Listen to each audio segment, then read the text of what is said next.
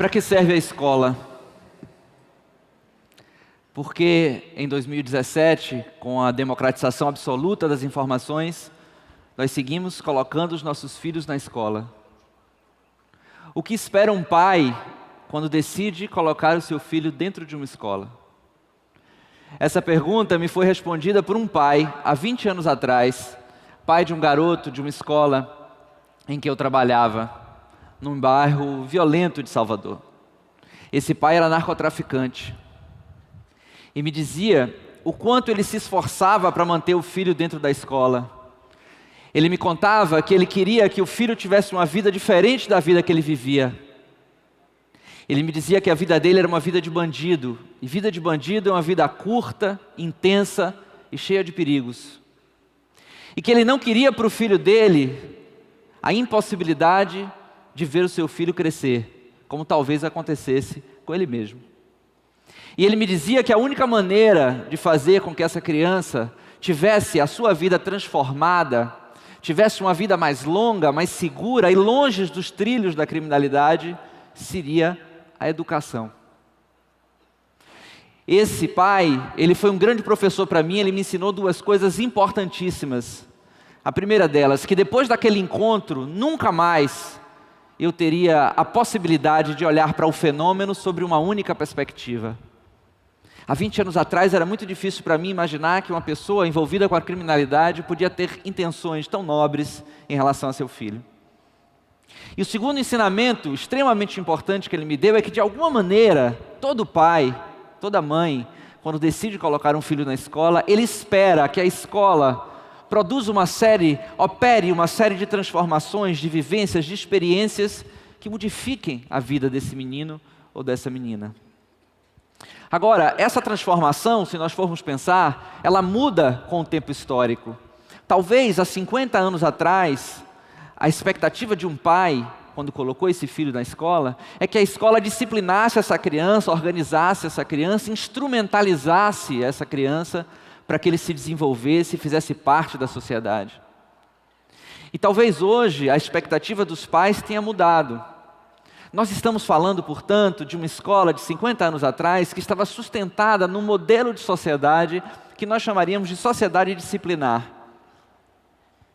Uma sociedade onde cabia ao sujeito se adaptar, abrir mão de certas liberdades para poder fazer parte de um coletivo. Uma sociedade que estava regida pela ideia do dever.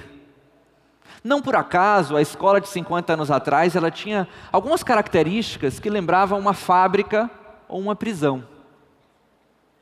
Nessas três instituições, as pessoas estão fardadas, há uma lógica de obediência representada por pessoas que devem lhe dizer a hora de entrar ou de sair, há sinais sonoros que avisam o que vai acontecer, há uma série de coisas a serem produzidas ali dentro. Nesse tempo de hoje, nesse tempo da nossa sociedade líquida, nós parecemos estar mais livres. Parece que a gente não vive mais essa lógica disciplinar. Parece que a gente pode agora ajustar o coletivo à nossa subjetividade. Parece que a gente pode fazer as coisas de uma outra maneira. E de fato a gente pode. Mas nós temos que pagar um preço. E o preço é o preço da performance. O preço é o preço do resultado. E isso não é diferente com a vida das crianças. Nós vivemos na educação um certo paradoxo, porque nós continuamos querendo crianças enfileiradas dentro da escola. Continuamos desejando as crianças quietas o suficiente para não atrapalhar a lógica transmissiva da sala de aula. Mas ao mesmo tempo nós queremos crianças criativas, inovadoras, que transfigurem a realidade, que modifiquem o nosso mundo. E esse é um paradoxo. Agora imaginem quando uma criança não consegue resolver essa história. Quando uma criança não consegue dar conta de fazer com que essas duas dimensões aparentemente opostas coexistam de uma maneira mais ou menos aceitável. O que a gente faz? A gente revê o projeto, a gente revê um conjunto interligado de circunstâncias, ou a gente diz, não, se trata de uma criança doente. Se trata de uma criança com um pequeno desequilíbrio bioquímico e para isso nós temos uma saída medicalizável. Estamos falando da medicalização da infância, estamos falando da medicalização da educação. Medicalizar não tem a ver com medicar necessariamente. Existem crianças que precisam de medicação, existem crianças que adoecem, existem crianças com transtornos, existem crianças que têm diagnósticos consistentes e que a farmacoterapia é uma estratégia num conjunto de estratégias para fazer com que essa criança viva melhor. Ainda bem que a gente pode contar com isso. Mas, quando uma criança apresenta no zigue-zague dos seus dias algum tipo de desvio da nossa expectativa, nós não podemos reduzir essa dimensão complexa a uma única variável, que é a variável bioquímica, e acreditar quase que num pensamento mágico de que existe uma determinada substância que vai resolver todos esses problemas. A medicalização é uma maneira de disciplinar os nossos meninos e meninas para que eles garantam a nossa expectativa de desempenho. Talvez a medicalização seja uma solução ruim para esse paradoxo que eu me referi há pouco tempo atrás. Quando nós medicalizamos crianças, meninos e meninas, nós estamos prestando um desserviço ao seu desenvolvimento, prestando um desserviço à sala de aula, prestando um desserviço à educação, mas nós estamos também corrompendo a maior e mais importante contribuição que a criança pode dar à sociedade, que é viver a sua infância. Ser criança não tem nada a ver com ter infância. Ser criança é ter um critério etário ali atendido, aquelas crianças que vão mais ou menos até aquela idade. Mas ter infância, ou viver a infância, é um conjunto de experiências simbólicas que garantem que essa criança se desenvolva. E essas experiências simbólicas foram culturalmente acordadas. Agora a minha pergunta é, a nossa sociedade adultocêntrica, que enxerga essas crianças sobre a perspectiva do mundo adulto, dá a essas crianças as chances de viver a sua infância? A nossa sociedade consegue enxergar para esses fenômenos com os olhos da criança?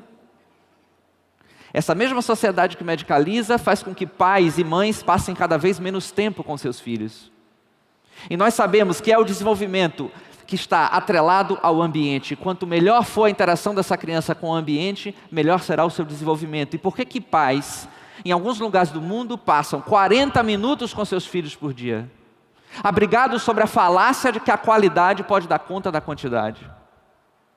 Por que nós expomos nossas crianças de maneira tão irresponsável ao excesso da tecnologia? A tecnologia, ela não é a vilã, ela faz bem, ela é bacana, se ela for feita, se ela for utilizada num tempo aceitável e com alguma mediação adulta. Mas os últimos dados do Brasil mostram que os nossos meninos e meninas estão usando tecnologia de uma maneira absolutamente irresponsável e sem qualquer mediação adequada do mundo adulto. Essa mesma sociedade adultocêntrica enche os nossos meninos e meninas de uma série de atividades que não são atividades próprias da infância. Por exemplo, se uma criança pobre no Brasil, ela vai ter que trabalhar para subsistir.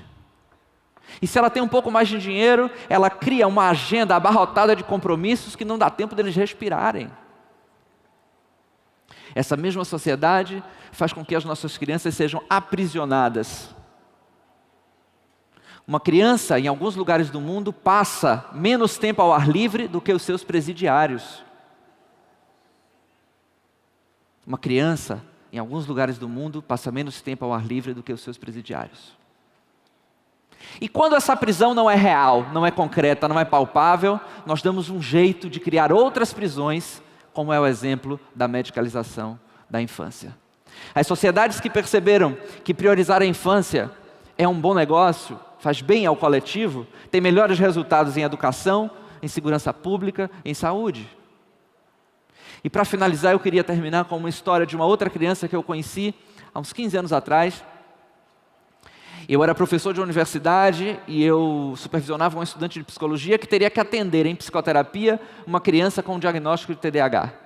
Essa criança destruiu vários equipamentos da clínica escola, essa criança não conseguia ficar dentro da sala para ser atendida, essa criança foi atendida nos seus primeiros momentos nas escadas de incêndio da clínica escola, porque era o único lugar onde ela podia ficar. Nós fechávamos a entrada e a saída e preservávamos um pedaço para que essa estudante corajosa de psicologia conseguisse dar conta de iniciar o seu trabalho. Para nós conseguirmos fazer com que essa criança entrasse na sala e ficasse de portas fechadas, nós levamos 6 meses. Essa criança não tinha TDAH. Essa criança foi uma criança negligenciada por sua mãe, que era viciada em substâncias psicoativas e que se prostituía para garantir o seu vício. Eles viviam num cômodo muito simples. E quando essa mãe ia se prostituir, ela trancava essa criança dentro de um forno desligado. Mas trancava dentro de um forno. E trancava com um cabo de vassoura. Essa criança tinha várias marcas de queimadura no seu corpo. Agora minha pergunta para a gente é: será que a gente está disposto a esperar 6 meses para conseguir colocar uma criança dentro de uma sala para conversar com alguém, modificando toda uma lógica de ensinamento que aquela estudante levou 5 anos para aprender? Ou será que seria mais fácil você dizer: não, ela tem um problema químico, vamos dar a ela esse remédio e vamos acreditar magicamente que tudo vai se resolver? Essa criança foi um grande professor para mim. Ela me ensinou 2 coisas importantíssimas. A primeira delas: não dá para a gente olhar para uma criança com o olhar de adulto. E a segunda delas: é preciso muito mais do que um pai e uma mãe para criar filhos. Nós precisamos do pai, nós precisamos da mãe, nós precisamos da família estendida, precisamos da comunidade, do bairro, da escola, precisamos do Estado. E portanto, gente, eu queria finalizar com uma frase que eu sempre repito: antes da gente medicalizar nossos meninos e meninas, vamos pensar que o meu filho é problema seu e o seu filho é problema meu. Muito obrigado. Obrigado. Muito obrigado. Obrigado. Obrigado.